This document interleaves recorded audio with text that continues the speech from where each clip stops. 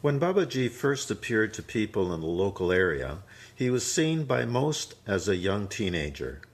But to Natin Baba, a well-known local saint who was revered by many in the Kuan region, Babaji was seen as a very, very old man. Natin Baba said, "You think he is a child? He is the oldest man in creation." The simple fact was that Baba always knew and would intercept all of our misguided thoughts and behaviors. Of his experiences in 1975, Vijay Bhaktiani relates, I felt constantly observed from both within and without. This led to a total transformation of my existence. On one day, I had been backbiting about a Babaji devotee to someone who had never met Babaji. That very same evening, Babaji called me and told me to avoid talking negative about anyone. I was stumped at his knowledge of my misdemeanor. Regarding another occasion at the ashram, he wrote, As I walked with Babaji, along with a new foreign woman devotee, I wondered, how have all these foreigners reached here? The next instant, Babaji turned to me and told me to directly ask her how she had reached here. There was a time very soon after I first went to India. We were down in Bombay. Babaji had a huge crowd in front of him. And there were two women from Canada and myself and somebody else. And we started sharing with each other that Babaji was in our heads. That somehow he knew exactly what we were thinking. And it dawned on us that he was doing that to the whole crowd. And it was like, wow, how does that happen? How does a being plug into all of these people at one time and begin processing their case with them?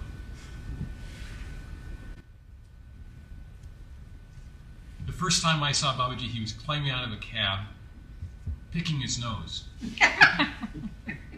I, as a Westerner, taught never to pick my nose in public, never to do anything rude like that. He plugged me into my politeness stuff. It was just like so quick. And he was relentless. He was totally relentless. He never, ever let up. He was always on. Imagine that. He was always on. Even when he was sleeping, he was on. I can remember going to Delhi one time, and I needed to do something about a visa or renew a plane ticket or something like that. And I was making my way through Delhi, and I happened to be on a street corner, and this incredible, drop-dead, gorgeous Indian goddess just floated by, and I just kind of went, wow. No big deal. I got over it. A couple of days later, I arrived back in Haidakhan, climbed up the stairs. Babaji was sitting on this bench that was up there. Pretty lady.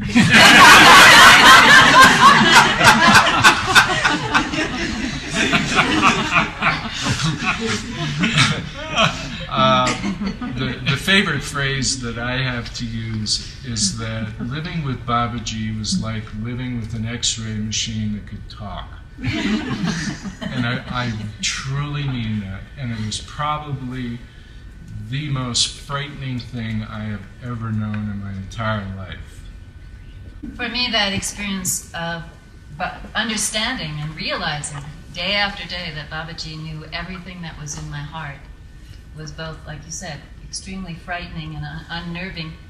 But on the other hand, it was extremely freeing because I knew I didn't have to hide any, and I couldn't hide. couldn't hide anything anywhere. And so it was a very freeing experience and a very special experience because I could just be who I was and not hide. An experience I had, and I don't know, Loki might have even been in the office at that time because we were both working in the office. This was, I think, 1981, one of my first trips to be with Babaji in India. And we were, as usual, busy, and my desk was full of papers, and many of our desks were full of papers. And all of a sudden, we heard somebody say, "Babaji's coming, Babaji's coming." And of course, Babaji's walking up the stairs. And so we quickly, "Oh no," and so we're grabbing all the papers and stuffing them in a file cabinet, close the file cabinet, and everything looks real neat. We're just sitting there. And there's many file cabinets and many drawers, and Babaji walks right over to the one drawer, opens it, and he says, "I know, like." So one evening I was playing bhajan or Aarti ceremony in the evening time, and Babaji was sitting on his throne giving darshan. And during that playing, Babaji had one mala tied around his head and one feather. And while I was playing, many times with closed eyes, but then when I looked up, I saw this beautiful form, and I thought, "Oh, he looks like an American Indian, like the tribe leader from all these American Indian traditions." And on that moment, he take this mala and throw it in my lap. And while I was playing Aarti, so I had to go on. I think, "Wow, it's so beautiful. You know, he knows everything. He's really like the father of all tradition. He's really God incarnated." While I was playing, this was like some feeling I get inside. And on that moment, he take an apple and throw it at me. And then I was like too overwhelmed for the communication you can have with Babaji on that level. And many times he didn't speak much, but on those special occasions when you had some strong, I don't know, realization, then he would be there to confirm whatever you were going to.